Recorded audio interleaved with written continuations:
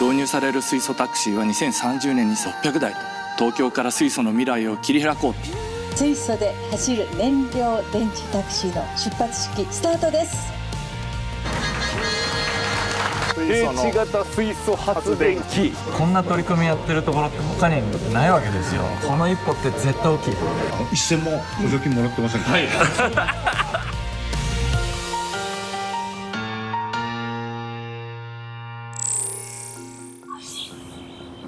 い今回のトヨタイムズニュースは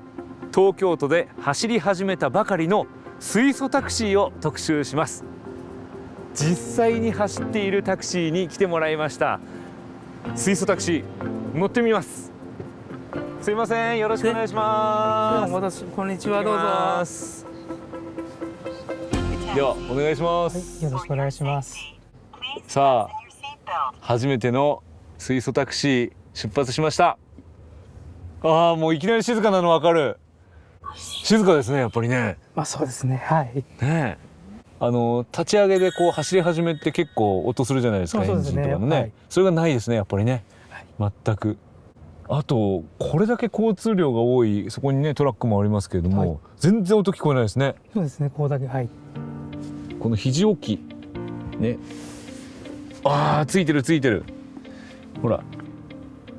これでシートをちょっとこうやってね倒したりできるんですよ。あ、タクシーでもちゃんとこの機能は生きてるんですね。だから背もたれちょっと倒してこうやってね、で全身リフレッシュ。おー、あー気持ちいい。これは快適ですね。静かで座席倒せてリラクゼーションでマッサージ的なこう背中とお尻をしてくれるので、これ移動は相当リラックスできますね。あとエアコンも自分の席で調整できるんですよね。後ろ後部座席の温度もこの後部座席で管理できるという、そんな利点もありますよね。はい、そうですね。タクシー料金っていうのは違うんですか？一般のタクシーと変わらないです。一緒。はい、このメーター集まり500円になりますので。で今かなり少ないですから、まだ。そうですね。これからね、確か3台って言うんですけど、都内で3台、はい、見つけたら超幸運ですね。そうなんですよね。ねえ、一応その S ライドでも指定して呼びますよっていう話をしてるんで、絶対レア感があるから乗った人にぜひねこうね乗れたよって投稿してほしいですね。幸せを呼ぶタクシー、はい、フォーチュンクラウン略して FC、はい、基本的にもう東京駅つけて夜は銀座とか六本木とかっていう流れですね。なるほど、はい、そこに行けば会えるかもしれない。はい、まあでも東京駅には必ずいるんで、周辺には丸の内もそうですし。なるほど。もうお客さん乗せてるんですよね。僕はもうそうですね、結構はい。反応どうですか？もうびっくりしてますね、皆さんお客様は。こんな車でいいのみたいな方が多いですよね。運転してる側としてはどうですか？この乗り心地とか、はい、静粛性も含めて。全然文句はないですけども、はい、ただね、車がでかすぎるんで。大きいって感じしますか？やっぱりやっぱ全長がね5メーターちょっとある聞いてるんで、やっぱ曲がる時が大変ですね。狭いね、路地とか入っちゃうとね、はい、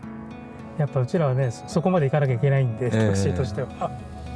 給水素はどうですか？充填は全然、でも思ったよりスムーズにしてくれてますよね、今のところは。それまあ1日1回入れれば大体全然走るんで、全然それは問題ないと思います。昼間はその地方でも燃料はなんとか入れられるんですけど、やっぱり夜とかになるとやっぱ地方は燃料入れるとこがないんで、だから正直24時間やってたりとかってするとありがたいんですよねっていう。あと実質的に数がもっと増えてくれたりね。そうですね、はい。で気持ちとしては FC クラウン担当になれるっていうのはどうですか？まあ自分はね、これも本当にかっこいいしいいなと思うんですよ。同じドライバーもじろじろ見てきますね。はい。前写真撮られましたから。タクシーの運転手さんに。東京も一緒ですもん。あまりに車内が静かで快適で話が弾んでしまったので、トヨタイムズをご覧の皆さんにはなぜ今東京都が水素タクシーを導入するのか記者会見をご覧いただきます。主催者挨拶、小池百合子知事よりご挨拶申し上げます。深刻化を増す気候危機への対応、そしてエネルギーの安定確保など、まさに私たちは明るい未来を目指す、その上で極めて重要な課題に直面をいたしているところでございます。東京の未来をもっとクリーンに、そしてもっと持続可能にということで、脱炭素化の鍵を握るのがまさに今日お集まりの皆様方の最大の注目点、水素でございます。今日は水素を使うアクションを加速させる東京 H2 プロジェクト、いよいよ始動となります。今回は2030年度に約600台、もう極めて具体的に年数、そして、年度とそして台数、今述べさせていただきました。これを目標にいたしまして、燃料電池タクシーを大量に導入することといたします。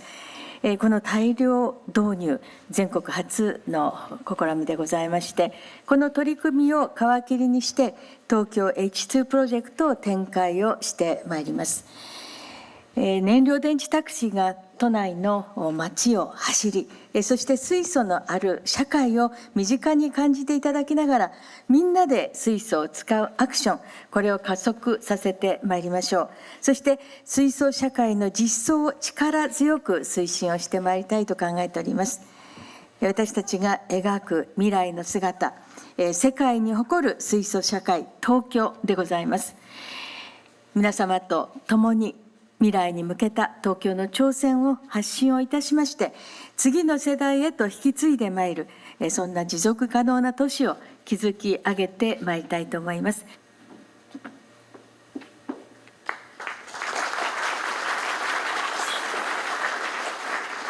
皆様こんにちは。水素バリューチェーン推進協議会の共同会長を務めておりますトヨタ自動車の佐藤でございます。水素エネルギーは持続可能な社会を実現する上で大変重要な役割を担っております。これまで日本においても世界に先駆けて水素の技術開発、あるいは社会基盤づくりが多々推進されてきていると思います。とりわけモビリティにおきましては、物流からモータースポーツの領域までさまざまな現場で多様な選択肢の実現に向けた技術の実証が進んでまいりました。昨今ではですね、水素で調理をする水素グリラーいったようなものも活用されるようになってまいりまして、モビリティ以外での利用シーンも広がってきております。また昨年には水素社会推進法が施行されるなど、水素の利活用を加速するためのルール作りも進んでまいりました。日本で水素社会を実現していくために、ここからは社会実装を増やしていくフェーズであるというふうに考えております。東京 H2 このプロジェクトを通じまして、みんなで水素を使うこのアクションの輪を広げてまいりたいと思います。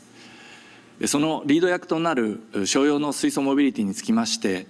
今回東京都では導入される水素タクシーは2030年に先ほど知事からもご紹介ありました通り600台という大変大きなボリュームを目標と置いていただいております。バストラックまで含めますと2030年には約5000台、35年には約1万台という普及目標を掲げております。現在水素モビリティのですね保有台数が全国で約8000台でございます。その規模感から考えますと、今回の東京から水素の未来を切り開こうと、官民一体となって社会実装を加速していこうというこのプロジェクトに込められた強い意志が感じ取れるというふうに思います。水素を普及させていく鍵は、産業を超えた連携を通じて作るところから使うところまで一体となって水素のバリューチェーンを構築していくことであると思います。東京 H2 このプロジェクトのもと、タクシー、バス、物流事業者の皆様、インフラ事業者の皆様とともに商用のモビリティを軸にした水素利用モデルをしっかり作ってまいりたいと思います。最後に東京ハイヤータクシー協会の川鍋会長が新エネルギーである水素への思いを話しました。タクシーはずっと LPG ガスというガスで走っています。特に2017年にそれまでのセダン型のクラウンから新しい、今皆さんよくご存知、毎日乗っていただいていると思いますが、ワゴン型のジャパンタクシーという車両をトヨタ自動車も開発いただいて、これがまた非常にいい車。そして特に豊田章男会長が、昔タクシーっていろんな色ありましたね。黄色とか緑とかオレンジとか。あれをせっかくだからこのタクシーでね、統一しようよ、ノーコンに統一しようよって言っていただいて、本当に都がやっぱりこれはオリンピックに向けて普及させなきゃいけない言っていただいて、すごくバックアップいただいて、今都内の3台に2台がこの車になりました。非常に安定してうまくいって、世界に冠たる日本のジャパンタクシーが大体形作られてきたと思ったら、今度水素かとその時に思いました。一つは東日本大震災の時、ガソリンが全然入手できなかったんですね。タクシーは LPG ガス自分たちしか使わないんで、十二分にふんだんにあって、あんまり動かない他の車を尻目に、タクシーが皆様の安心安全な最後の砦の足として活躍した。10年に一遍20年に一遍かもしれないけども、こういう時が、こういう場合はやっぱりエネルギーを伏線化しておいた方がいい、実感しました。これが本当に600台いくか、そしてさらに東京のタクシー3万台ありますので、うまくいけば3万台までいける。今亡きトヨタ正一郎名誉会長がおっしゃってました。トヨタさんがトラックから自家用車を作られた時に、一番最初にそのトヨタ製の自家用車なるものを使ったのがタクシー業界だと。タクシーはたくさん走って、そこで整備ができる、問題解決ができる、そしてタクシーに乗ることによってお客様の中にそれが浸透していく、走る広告塔だ。また再びこの水素の時代に我々がお役目をいただいたことを本当に嬉しく思い、必ず成功させることを皆さんにお誓いして、そして皆様には乗っていただけることを切にお願いいたしまして、私からのご挨拶とさせていただきます。本日は誠にありがとうございました。水素の社会実装によって世界をリードする東京を実現する。そのために官民連携で立ち上がった東京 H2 プロジェクト。その第一歩として、東京都では都内のタクシー会社7社が1台ずつ合わせて7台を導入。その後少しずつ増やしていき、2025年度中に200台、2030年度におよそ600台の導入を目指します。日々日々このタクシーが都内を走ることによって、水素だ、このタクシー水素なんだっていう気づきがですね、日々日々得られるということで、社会の中に実装されて初めて認知が進むっていう部分は大変大きいと思いますので、その部分に大変高い期待を寄せているということと、やっぱり大規模な社会実装をやりますので、データがたくさん取れるんですよ。深い給水素するのに大体約3分なんですね。ところが実際に入れに行って終わって出ていくまでは10分以上かかってるんですよ。とその作業リードタイムをいかに短くして充填効率を上げていくかとか、街を走っている車の水素の残存率がどれぐらいで、ステーションにどれぐらい水素があって、どういうエネルギーマネジメントをするとベストな需要と供給が作れるのかとか、そういうことがですね、いろんなデータから検証できて社会システムとして作っていくことができるので、これはものすごく大きな第一歩、大規模な社会実装の意義があると思います。水素に関しましては、国の法律、水素を扱う水素ガスの、法律がですね、かなり、緩和をしていただいておりますけれども、今少しですね、我々も緩和をしてほしいっていうのがあります。これは保安距離だとかそういうものはかなり緩和されたんですが、例えばガソリンスタンドの跡地をですね、跡地ならば水素ステーションにすぐに変えられるとかですね、あるいはガソリンスタンドと水素ステーションが共存できる、併設できるというふうに、緩和をしていただくならば、水素ステーションがもう少し利便性のある配置になるんではないか、こういうふうに思っておりまして、できるだけ利便性から考えますとまだまだ水素ステーションは少ないというふうに自分も思っております。都内にありますこちらの水素ステーションでは、これから水素タクシーを運転することになるドライバーの皆さんに向けての研修会が行われています。東京都港区にある東京 H2 ハブ、水素社会の実現に向けて取り組む企業や組織の交流拠点です。東京都でも先駆けて水素タクシーを運転するドライバーは、まず FC クラウンの特徴や安全機能などを学びます。そして屋外で水素充填の様子を見学。やはりタクシードライバーの皆さんが気になるのは車の中のようで、どこに注目してたんですか今？いや、そのナビをいろんなあれであるじゃないですか、会社のナビとか、ああ、1個じゃなくてね、つけてるのかな。はいはいはいはいはい。メーターもあるし、今会社のナビと GO のナビがあるので、はい、どこにつけるのか。なるほどね。やっぱりより実践的な目線になるんですね。そうですよね。あとやっぱりドアですよ。後ろのドア。このハンドルじゃないんですね。こうじゃないんですね。これ。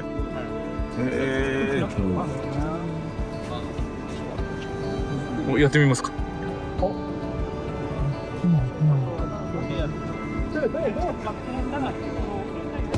おお、しまった。最後に FC クラウンに実際に乗って運転をしてみます。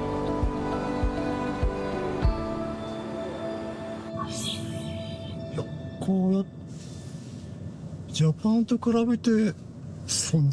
ね、なんか車幅がそんな感じないですね。普通に運転してる分には。よかったです。いい加速ですね。皆さんね、やっぱそこ言っていただけます。しっかりとハンドルに車が反応してるっていうのがよくわかりますね、これ。で、少し加速がもう全然違いますよね。ほんとスーって走ってくれますよね。およそ20分間走ってきたタクシーのドライバーに運転の感想を聞いてみました。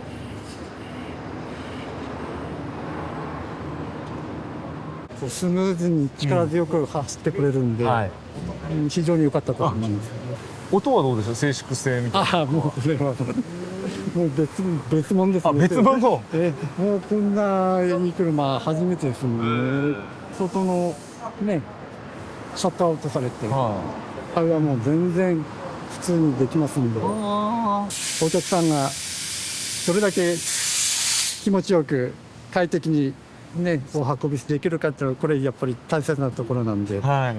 からそういう意味でもこの最高クラスのクラウンはうってつけなのかなとは思いますですよね。街を走るタクシーを通して水素社会を身近に感じることができるこのプロジェクト、水素の普及を街中で見える化していきます。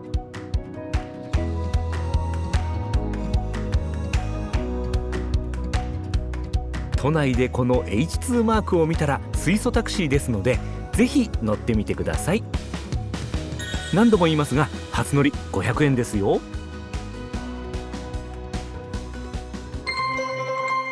グランドオープンです。どうぞ。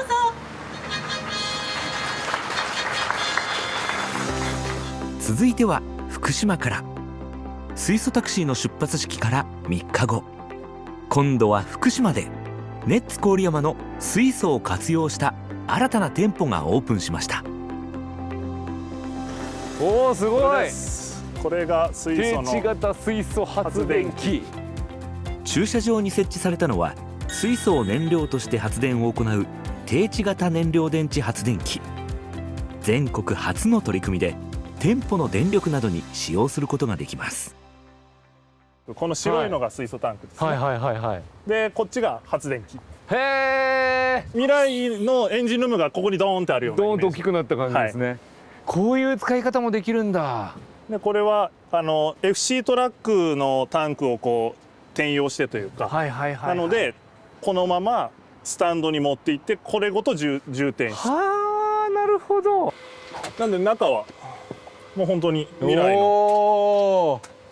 コンパクトですね。だから、はい、こうやって低地型にして使おうっていうアイディアはどこから出てきたんですか？やっぱりまずは我々が実際やってみて、いいことも悪いこともいろんなことを実際に体験したら、他の人も見たらこう、あ、うちでできるなら他でもできるなっていうふうに思ってもらいたいなっていう思いもあったので、今回入れたって感じですかね。さらにもう一つ最新技術が。あ、これです。これです。はいはいはいはい。この真横についてる太陽電池初めて見た。アイシンが開発した次世代の太陽光電池ペロブスカイト。従来のものより薄型で軽量、さらに曲げることもできるそうで、実際に活用するのは今回が初めてです。さらにあるチャレンジにも取り組んでいるそうで、これが普通は黒ですけど、今回外壁が青なので、うちのカラーに極力合わせてこう青くしてもらって、これで生まれる電力っていうのは、従来のものと変わらないんですか？いや、やっぱり多少発電効率は落ちるっていう話を聞いてます。ただ向こうには通常のペロブスカイトの黒いパネルも同じように貼ってあるんですけど、そこと比べて色塗ったものの発電効率がどう変わるのかとか、1枚こう色付きのシートを当ててる感じなので、それによっての劣化とかそういうのはアイシンさんがこう検証するためにあえてこう色も含めてこういった2つに分けて実験してるという感じになります。ああ、これなら自分の家につけたいって人もね、いますよね絶対。こうした取り組みを知ってもらうための工夫も。実際に社会科見学とか小学生とかにも、ぜひこう来ていただきたいなと。そういった時に、極力分かりやすく、どういう電力の使い方をしてるのかとか、していただくためにちょっとサイネージを今回こんな感じで導入してます。じゃあこの店舗にどうやって電力を供給してるかっていう、そうです。将来の子どもたちの勉強にこううまく活用できるんじゃないかなと、そういうのをちょっと楽しみに我々もしてたりします。はい、この取り組みを手掛けたのはネッツ郡山の小室社長。これまで福島で水素の活用に取り組む企業の方々を販売店の立場から支え続けた小室社長は、以前トヨタイムズのスタジオにも出演してもらいました。スタートは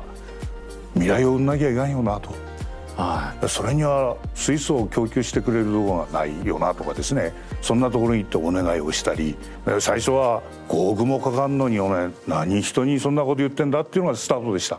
でも一生懸命その人たちといろんなお話をして、そうだな、うちがやんなきゃいかんかなっていう方が出てきてくれたり、また新しいスタートがですね、いろんなところで起きているという実感はあります。そして今回自らも水素を活用するために新店舗をオープンさせました。水素をうちも消費しようと、そんな思いで、この店を作って、今日皆さんにこうやってお集まりいただいてお祝いをしていただいていると。秋尾会長がですね、この水素の事業は仲間作んなきゃダメだと。ですから私は今日ここにおいでいただいている皆さんは仲間だというふうに思ってますし、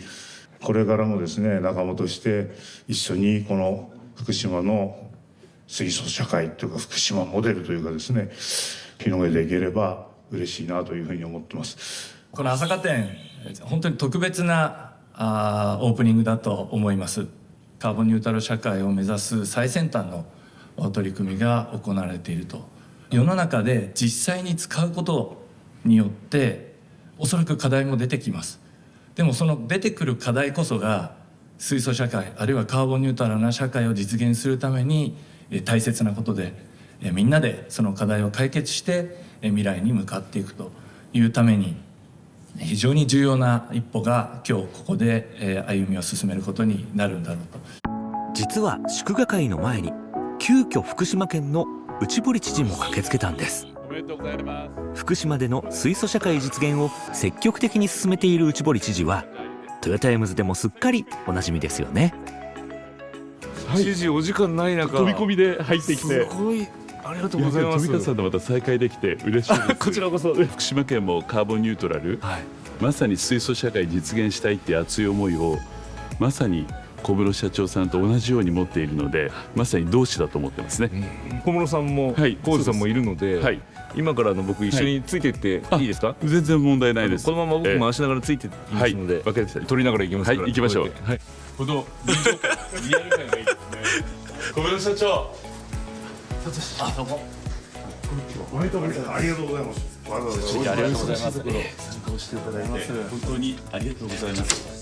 竣工とグランドオープン本当におめでとうございます。ありがとうございます。どうも。水素社会実現するんだっていう思いで本気で取り組んでいるその象徴シンボルがこの朝霞店だと思います。一銭も補助金もらってませんか？はい。これもね実は小室社長と揉めて令和7年度からこういう事業をしていただくところには補助金を作ったんですよ。それでもうちょっとずらしていただけると出せるっていうのもご相談したんですが、朝霞店はやっぱり超オープンしている、そのためには令和6年度にやらざるを得ないんで、もういらねえって言って怒られて。いや、どうで言いませんよ先にやんないと、次からやれる人が出てこないんで、それはそういうのが必要でやるって言ったわけじゃないんでって言ったら、なんかすげえカッコつけてる親父みたくなっちゃって一方で各水素ステーションさんとかやっぱご苦労がまだまだ絶えないところがあって、やはりこう社会実装をしていくために超えなきゃいけないハードルがたくさんあると思います。サプライチェーン全体がつながっていかないといけないですよね。やっぱりインフラ、特にステーションの運営だとか、それがコスト低減につながることだとかってすごい大事だと思うんですよ。そういう意味でもこういろんな水素を使うっていうシーンを増やして身近に感じてもらって課題を出して改善していく、このサイクルもとにかくたくさん回していくっていうことだと思うんですね。やはり大都市でも地方でも両方できるんだよっていうことをモデル的に示していかなきゃいけないかなと思うんですが、おっしゃるとおりですね。モビリティの多様性と地域の需要っていうのを合わせていく、そういうことを、東京を起点にいろんなことを考えていけばいいのかなと。福島東京は連携協定もね結ばれてますし、そういうことをまたおいおいご相談させていただければと思います。今日は天気がゴルフ日和だから、参列者のうちの結構な人が本当はゴルフ行きたかったんだけどなって思ってんじゃないかって心配されてそんなこと思ってませんよ僕。大変なんですが、あれだけの人がねおいでになられてなんか喋んなきゃいけないですよ私もね。で今この2人で面倒くせえ話したら俺その話も少し喋んなきゃいけないかってこういう今聞きながら思ってましたからね。深い考えがあって動いてるわけじゃないんですが、でもねみんなにやってもらったっていうのがあって何にもやんないわけいかないなっていうのが実は本当のところなんですよ。新店舗を記念いたしまして乾杯したいと思います。乾杯。さて祝賀会に話を戻しまして、この会自体も通常とは一味も二味も違うんです。ありがとうございます。美味しそう。今日ねこうやって振る舞われるメニューは水素キッチンカーで作られているものなんですね。美味しそうですよね。でね、後ろ見てみるとほら水素焙煎コーヒーがあったり、今音楽聞こえてますでしょ。これもね水素電源で音を奏でてるんですよ。もう水素尽くし、まさにですねこのカーボンニュートラル店舗オープンにふさわしい水素のおもてなしっていう感じですよね。調理に使われたのは郡山観光交通の水素キッチンカー。今回は水素グリルも登場し、お祝いにふさわしい料理が振る舞われました。これも福島で水素活用に取り組んできた仲間たちによるおもてなしです。新しいカーボンニュートラル店舗オープンにふさわしいこの祝賀会だったと思うんですけど、どう味わいました？いやもうね、なんて言うんだろう、水素がこんなに身近に迫ってきてんだっていうのをすごく感じましたし、あとはねやっぱね意志、水素社会作っていくぞっていう思いが皆さんにあるんで、多分そのさまざまな水素の接点がみんなにもう一回頑張ろうなっていうエネルギーになったんじゃないかなって思いました。小室さんがその中心にいるわけですけど、いやいや中心じゃないけど、本当に仲間だと思ってるんですよ。でやっと私は今回この店作って仲間入りしたなっていう思い。来いって言われてきたんですよね。そうじゃあ置いていただけませんかでも本当にありがたかった。小さい販売店のオープンに行くから、ね、小室さん控えめに一販売店のオープニングっておっしゃってるけど、世界初ですよ、こんな取り組みやってるところって他にないわけですよ。でこの一歩って絶対大きい。社会実装が進むから分かる課題絶対あるんで、もうね、それを先頭に立って引っ張っていただいてるんで、ね、しっかり一緒に汗かきたいと思います。頑張りましょう。頑張ります。よろしくお願いします。ありがとうございます。